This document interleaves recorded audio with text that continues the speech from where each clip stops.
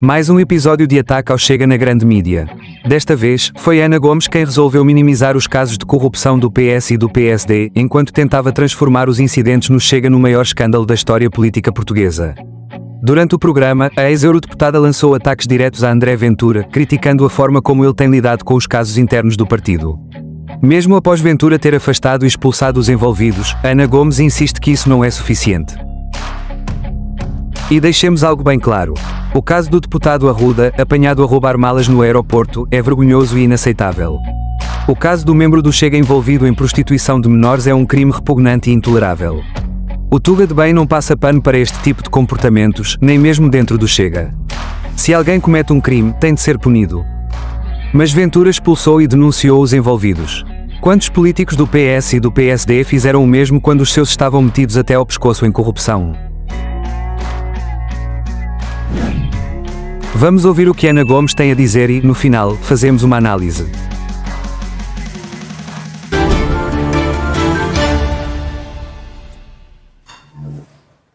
Ana Gomes, boa noite. Hoje à distância, por videochamada, mas vamos então ao habitual comentário e começando pela polémica, pelas polémicas, aliás, no plural, que esta semana atingiram o Chega com vários deputados a serem apontados de diversos crimes.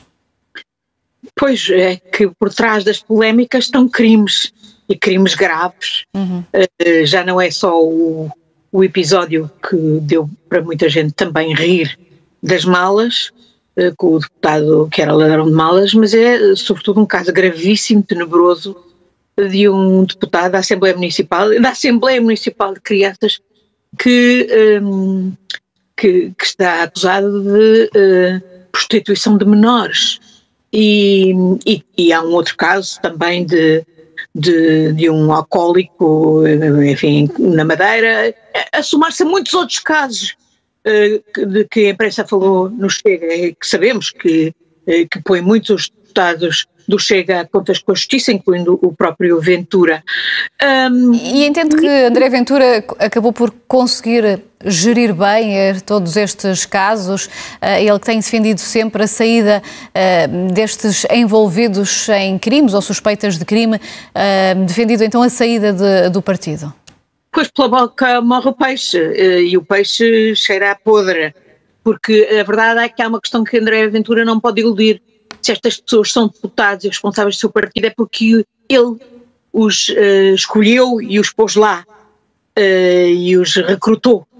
E, portanto, ele não pode armar-se como em arauto do combate à corrupção e ao crime, quando, efetivamente, ele tem no seu partido um certo número de pessoas que parece que andou justamente a recolher, digamos, na limpeza que ele diz que vinha fazer de Portugal, para que exatamente mostrem o lixo. E isto é muito grave, não apenas porque estamos a falar de um partido político que tem representação parlamentar e que obviamente se acredita aos olhos dos seus próprios apoiantes, mas porque no fundo isto acaba por contribuir para aqueles que querem desacreditar a democracia, porque não há democracia sem partidos políticos.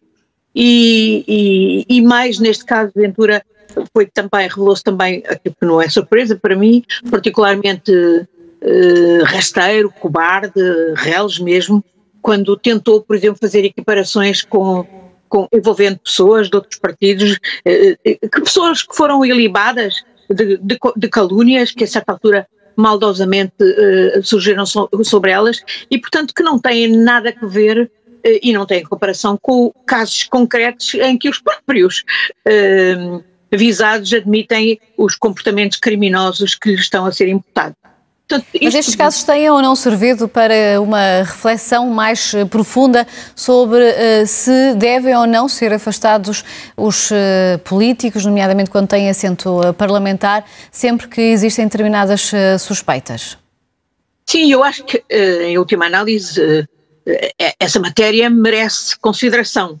Estamos a ver perante estes desenvolvimentos, porque isto desacredita a democracia.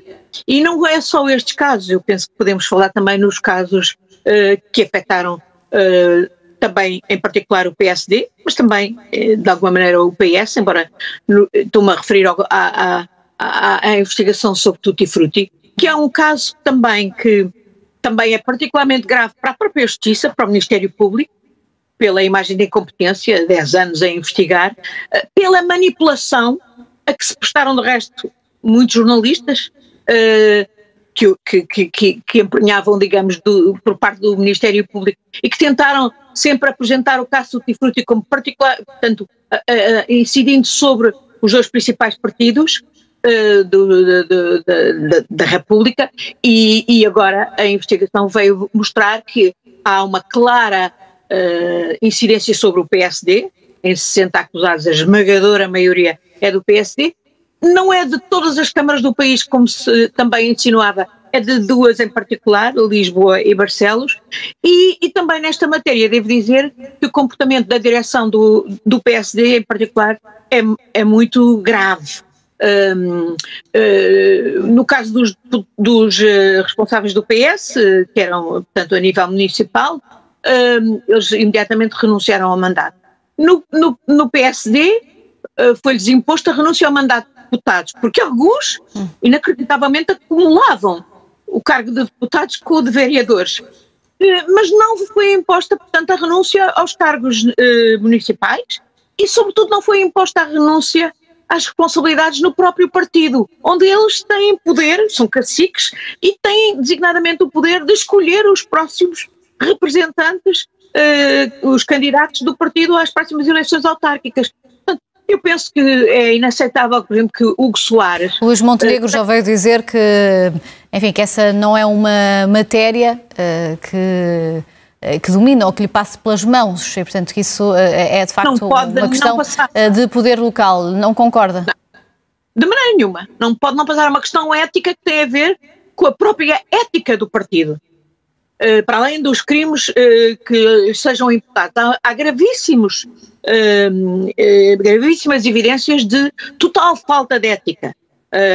A deputada Teresa Leal Coelho do PSD chegou mesmo a dizer com razão que o partido está refém de uma organização que tem total falta de ética e, pelos vistos, também comete crimes, designadamente procurando afastar líderes ou candidatos, como o Zé Eduardo Martins, que seriam vistos como nocivos, portanto, para o domínio desta organização concertada. E por isso eu acho que nem Luís Montenegro, nem Hugo Soares se podem tirar fora do problema. Hugo Soares não é apenas líder da bancada, é secretário-geral do PSD e Luís Montenegro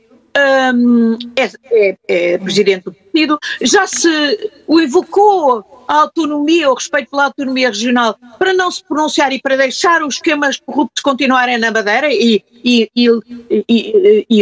levarem a Madeira a esta terrível situação em que está hoje, com Albuquerque, apesar das acusações, a voltar a insistir, a apresentar-se a eleições.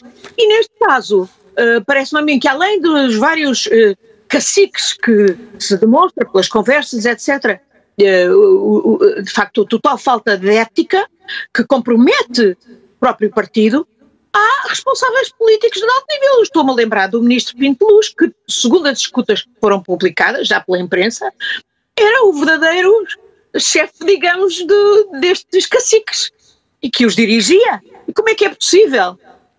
O partido está calado em relação a isto e este Pinto Luz, que inclusive parece que foi o chefe de fila da conspiração para afastar José Eduardo Martins da possível liderança da bancada do PSD na Assembleia Municipal de Lisboa, que ele seja hoje Ministro das Infraestruturas, com todo também o historial que eu penso que não foi suficientemente escrutinado ainda. Relembremos alguns dos escândalos dos partidos do sistema.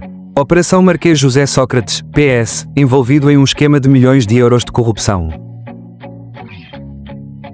Caso BES, GES Ricardo Salgado, com ligações ao PS e PSD, destruiu um dos maiores bancos do país, deixando os portugueses a pagar a conta. Caso fez oculta esquema de corrupção envolvendo grandes figuras do PS e empresas públicas. Caso TAP. A TAP recebeu milhares de milhões do governo do PS, enquanto os portugueses viam os preços das passagens subir e a empresa ser gerida de forma desastrosa.